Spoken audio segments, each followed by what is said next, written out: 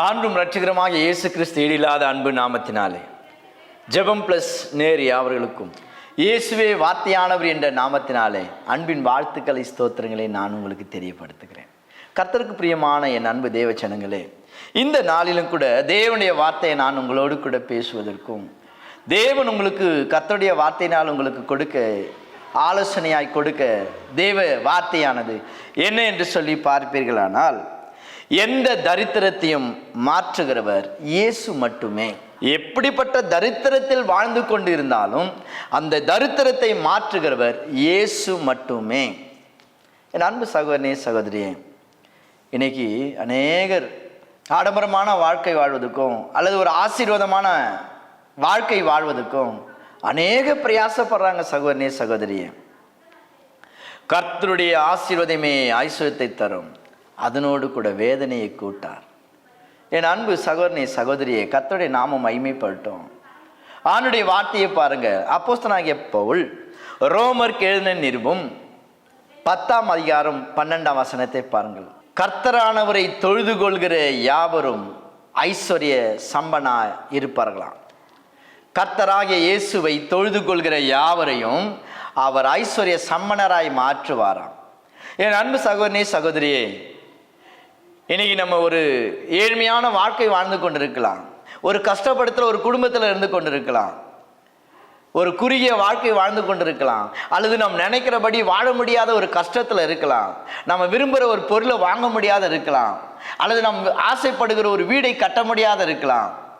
இப்படி நிறைய சொல்லிக்கிட்டே போகலாம். சகோதரனே சகோதரியே, அப்படிப்பட்ட சூழ்நிலையில் இருக்கிற நீங்கள் யாராக இருந்தாலும் சரி, நான் கர்த்தருடைய தேவ மனுஷனாய் நான் உங்களுக்கு ஒரு வாக்குறுதி கொடுக்கிறேன்.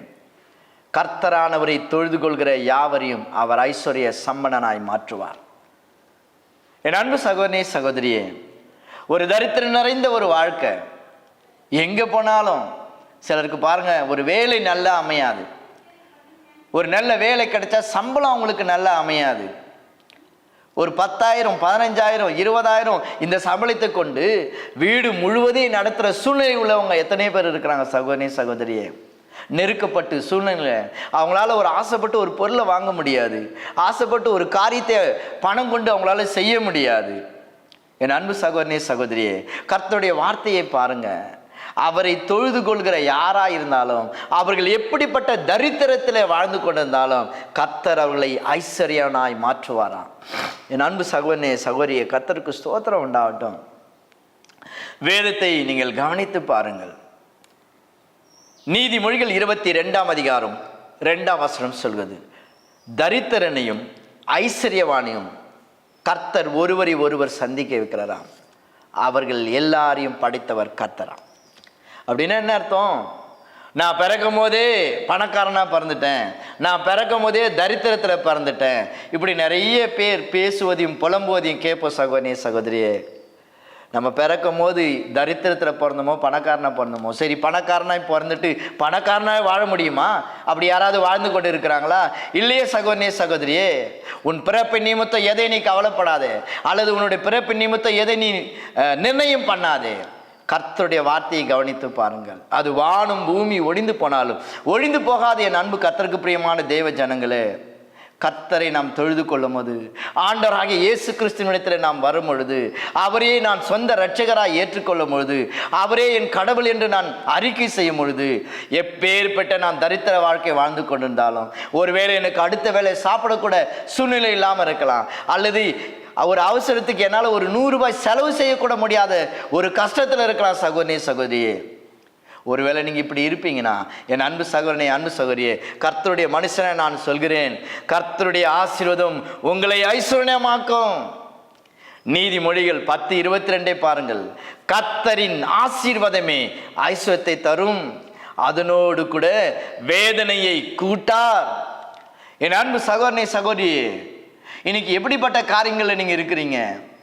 பிள்ளைங்களுக்காக படிப்பு, பிள்ளைங்க பெரிய பெரிய ஸ்கூலில் படிக்க முடியல, அல்லது ஒரு ப்ரைவேட் ஸ்கூலில் படிக்க முடியல, ஒரு விசேஷித்த காலேஜில் படிக்க முடியல, இப்படி எத்தனையோ காரியங்களை பார்த்தீங்கன்னா பணக்காரன் ஏழைன்னு பிரித்து பேசுகிறாங்க, பார்க்குறாங்க. சகோதரி சகோதரி, என் அன்பு சகோதரனே சகோதரியே, நீங்கள் எந்த சூழ்நிலையில் இருந்தாலும் சரி, நீங்கள் ஆண்டவரை நோக்கி வேண்டும் பொழுது, ஆண்டவரை நீங்கள் தொழுந்து கொள்ளும் பொழுது, உங்கள் தரித்திரத்தை மாற்றுகிற வல்லமை இயேசு கிறிஸ்துக்கு உண்டு என்பதை நான் இந்த நாளில் உங்களுக்கு சொல்கிறேன். என் அன்பு கர்த்தருக்கு பிரியமான தேவ ஜனங்களே, கர்த்தருக்கு ஸ்தோத்திரம் உண்டாகட்டும்.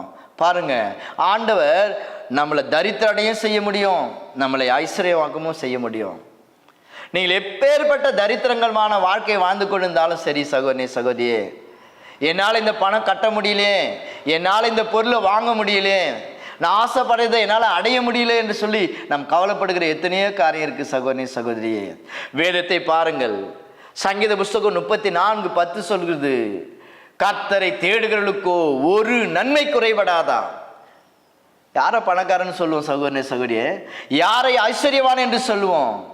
அவன் விரும்புவதை வாங்குவது, கொடுப்பது, செலவிடுவது அவனுடைய விருப்பம். அவன் என்ன நினைக்கிறானோ அதை தன் பணத்தினாலே அவன் செய்வான். தான் என்ன நினைக்கிறானோ அந்த பணத்தால் அவன் வாங்கக்கூடும். இவன் தானே ஐஸ்வர்யவான், இவன் தானே பணக்காரன். என் அன்பு சகோதரனே சகோதரியே, கர்த்தர் நாமத்துக்கு ஸ்தோத்திரம் உண்டாகட்டும். பாருங்க, தேவன் நம்மளை எப்பேற்பட்ட தரித்திரங்களில் இருந்தாலும் அதிலிருந்து மாற்ற அவரால் வல்லமையுள்ள தேவனாக இருக்கிறாங்க என்பதை நீங்கள் விசுவாசிங்க. இன்னைக்கு எத்தனை ஆயிரமான ஜனங்க ஆண்டவரிடத்துல வந்து, என் பாரம் போனது, என் கஷ்டம் போனது, என் கடன் இல்லாத நான் இருக்கிறேன், இன்னைக்கு நான் ஒரு வேளை நல்ல ஆகாரம் சாப்பிட்றேன்னா நான் ஆண்டவரிடத்துல வந்து தான், இன்னைக்கு நான் கடங்கரனா இல்லாத இருக்கிறேன்னா அதுக்கு ஒரே காரணம் நான் ஏசப்பட்ட வந்ததுனால தான். இப்படி அநேக ஆயிரங்கள் சாட்சியங்கள் இருக்குது சகோதரனே சகோதரியே. எபிரெயர் 12:1 சொல்லுது, மேகம் போன்ற திரளான சாட்சி நம்மளை சூழ்ந்திருக்க, பாரமான யாவற்றையும் நம்மை சூழ்ந்திருக்கிற பாவங்களையும் உதறி தள்ளிவிட்டு விசுவாசத்தை துவக்கிறவரும் முடிக்கிறவரும் இயேசுவை நோக்கி உங்களுக்கு நியமிக்கப்பட்ட ஓட்டத்தில் பொறுமையோடு ஓடக்கடவு என்று எழுதியிருக்கிறது. என் அன்பு கர்த்தருக்கு பிரியமான அன்பு சகோதரனே சகோதரியே, கர்த்தருக்கு ஸ்தோத்திரம் உண்டாகட்டும். நம்முடைய தரித்திரங்களை மாற்றுவதற்கு இன்னைக்கு எத்தனையோ பிரயாசப்படுறாங்க. நான் தான் கஷ்டப்பட்டு இருக்கிறேன், இனி என் பிள்ளைங்க என் சந்ததி கஷ்டப்படக்கூடாது, அதுக்காக நான் கொஞ்சம் பணம் சேர்க்கிறேன், அதுக்காக நான் உழைக்கிறேன். இப்படி எத்தனையோ காரியங்களை சொல்லிக்கொண்டே இருக்கலாம் சகோதரனே சகோதரியே. நீதிமொழிகள் 13:22 பாருங்கள், நல்லவன் தன் பிள்ளைகளுக்காக சுதந்திரங்களை வைத்து போகிறான் என்று எழுதியிருக்கிறது. அந்த கஷ்டப்படுவது, பாரப்படுவது, உழைக்கிறது, என் பிள்ளைங்க நல்லா இருக்கணும் அப்படி நினைக்கிற தகப்பன்மார் உண்டு. என் அன்பு சகோதரனே சகோதரியே, கர்த்தருக்கு ஸ்தோத்திரம் உண்டாகட்டும். நீங்கள் எந்த தரித்திரத்தின் வாழ்க்கையை வாழ்ந்து கொண்டிருந்தாலும் சரி, இயேசுவை தொழுது கொள்ளும் போது உங்களுடைய தரித்திரத்தின் வாழ்க்கை மாறும், உங்கள் ஏழ்மை மாறும், உங்கள் நிலை மாறும். என் அன்பு கர்த்தருக்கு பிரியமான சகோதரனே சகோதரியே, கர்த்தருக்கு ஸ்தோத்திரம் உண்டாகட்டும். 1 நாளாகமம் 11:9, 2 சாமுவேல் புஸ்தகம் 5:10 இந்த வசனங்களை கவனித்து பாருங்கள். தாவீது நாளுக்கு நாள் விருத்தி அடைந்தாராம், சேனைகளின் கர்த்தர் அவரோடு இருந்தாராம். இந்த தாவீது ஒரு ராஜ குலத்துல பிறக்கல, ஒரு பெரிய ஐஸ்வர்யவானாய் ஒரு மகனுக்கு பிறக்கல. ஆடு மேய்த்து கொண்டிருக்கிற சகோதரன், அவன் தகப்பனும் ஆடுதான் மேய்த்து கொண்டிருந்தார். ஈசாயி, என் அன்பு சகோதரனே அன்பு சகோதரியே, கர்த்தரை தெய்வமாய் கொண்ட மனுஷன் அவர், கர்த்தரை தெய்வமாய் கொண்ட ஒரு ராஜா அவர். ஐஸ்வர்ய சம்மனராய் கர்த்தர் மாற்றினார், நாளுக்கு நாள் விருத்தி அடைந்தாராம். அது மாத்திரமல்ல என் அன்பு சகோதரனே, எல்லாருக்கும் தெரிஞ்ச ஒரு மனுஷனை நான் உங்களுக்கு ஞாபகப்படுத்துறேன். ஆபிரகாமை பாருங்கள். ஆதியாகமம் 12ஆம் அதிகாரம் 1-2 என்ற வசனத்தை பாருங்கள். ஆண்டவர் ஆபிரகாமை பார்த்து, உன் தகப்பன் வீட்டையும் உன் இனத்தையும் விட்டு நான் காண்பிக்கிற தேசத்துக்கு போ, நீ போகும்போது கொஞ்சம் பணம் கொண்டு போ, நீ போகும்போது கொஞ்சம் பொருள் கொண்டு போன்னு சொல்லல. என் அன்பு கர்த்தருக்கு பிரியமான தேவ ஜனங்களே, ஆண்டோடைய வார்த்தையை கவனிங்க. உன் தகப்பன் வீட்டையும் உன் இன மன ஜனங்களையும் விட்டு நான் காண்பிக்கிற தேசத்துக்கு நீ போ என்று சொன்னார். நான் உன்னை பெரிய ஜாதி ஆக்குவேன் என்று சொன்னார். கர்த்தருடைய வார்த்தையை நம்பி இந்த தேவ மனுஷன் தன் மனைவியை கையோடு கூட்டு கொண்டு போட்டார். கையில பணமோ பொருளோ எதையும் கொண்டு போல சகோதரனே சகோதரியே. இன்னைக்கு அநேகர் பாருங்க, என் கையில ஒரு 10,000 நகை இருக்குது, என் கையில ஒரு 50,000 நகை இருக்குது, இதை வச்சு ஏதாவது ஒரு பிஸ்னஸ் பண்ணலாம், இதை வச்சு ஏதாவது ஒரு வியாபாரம் ஆரம்பிக்கலான்னு சொல்லி அந்த நகை வைத்திருக்கிறாங்களே, அந்த தங்கத்தின் மேல ஒரு நம்பிக்கை வைத்து சொல்றாங்க சகோதரனே சகோதரியே. அப்படி வெறும் கையோடு போன ஆபிரகாமை கர்த்தர் எப்படி உயர்த்தினார் தெரியுமா? அவருடைய தரித்திரம் எப்படி மாறிச்சு தெரியுமா? ஆதியாகமம் 13ஆம் அதிகாரம் 6ஆம் வசனத்தை பாருங்கள்.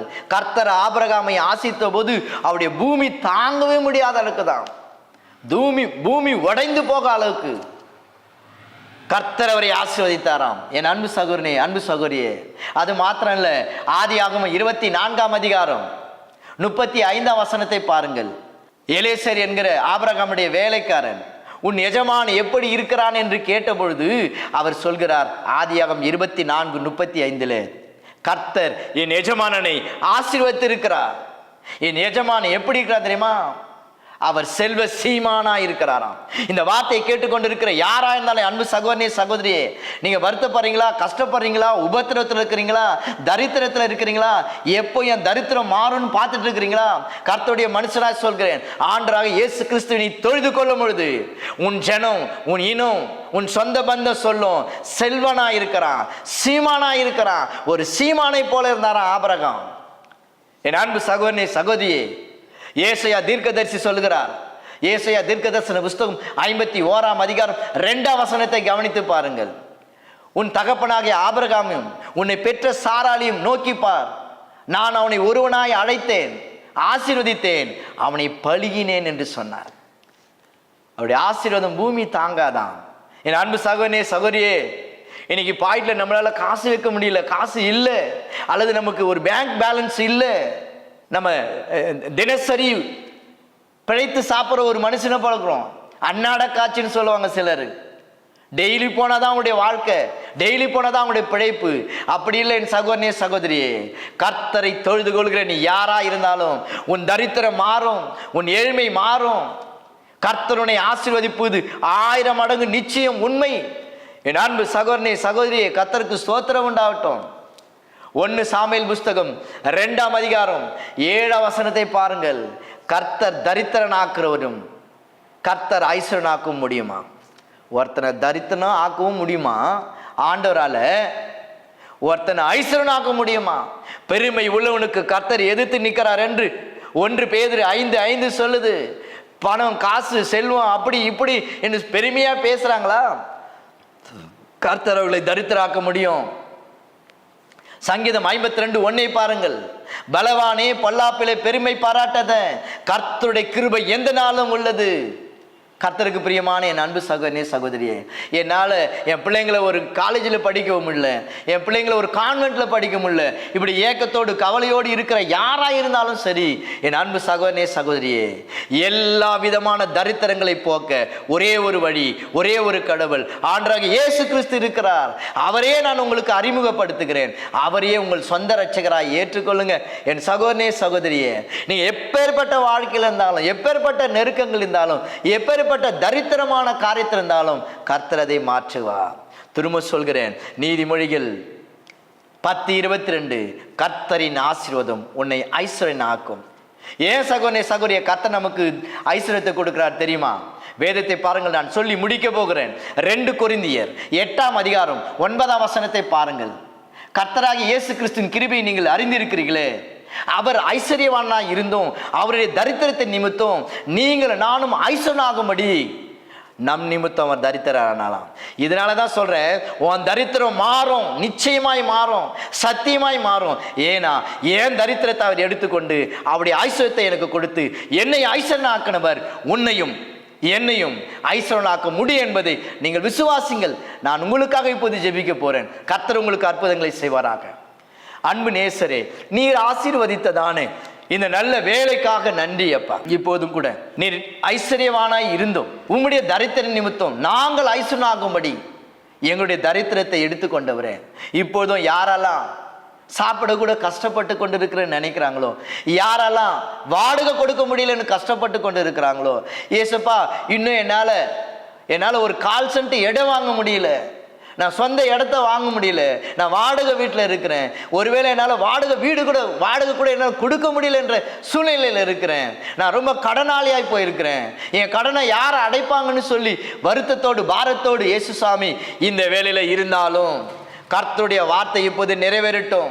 2 நாளாகமும் 6:4 சொல்கிறது, அவர் வார்த்தையினால் சொல்வதை தம் கரத்தாலேயே செய்து முடிக்கிற கர்த்தர். கர்த்தரை தொழுது கொள்கிற யாவரும் ஐஸ்வர்யனாவதாக, அவருடைய தரித்திரங்கள் மாறுவதாக, ஏழ்மைகள் மாறுவதாக, அவருடைய கடன் அடைக்கிற வடிவாசல்கள் திறப்பதாக. இயேசுவின் உயிர்த்தெழுந்த நாமத்தில் ஜெபிக்கிறேன். உம்முடைய வார்த்தையை மாத்திரம் பிரசங்கம் பண்ணல, அவளுக்காக ஜெபிக்கிற இந்த ஜெபம் தேவன் கேட்டு அப்படியே அற்புதம் செய்வதாக இயேசுவின் நாமத்தில் வேண்டிக் கொள்கிற நல்ல பிதாவே, ஆமீன் ஆமீன் ஆமீன். என் அன்பு சகோதரனே சகோதரி, தேவன் உங்களோடு கூட இருப்பார். தொடர்ந்து நான் உங்களுக்கு ஜெபிக்கிறேன். கர்த்தர் உங்களை ஆஸ்வதிப்பதாக.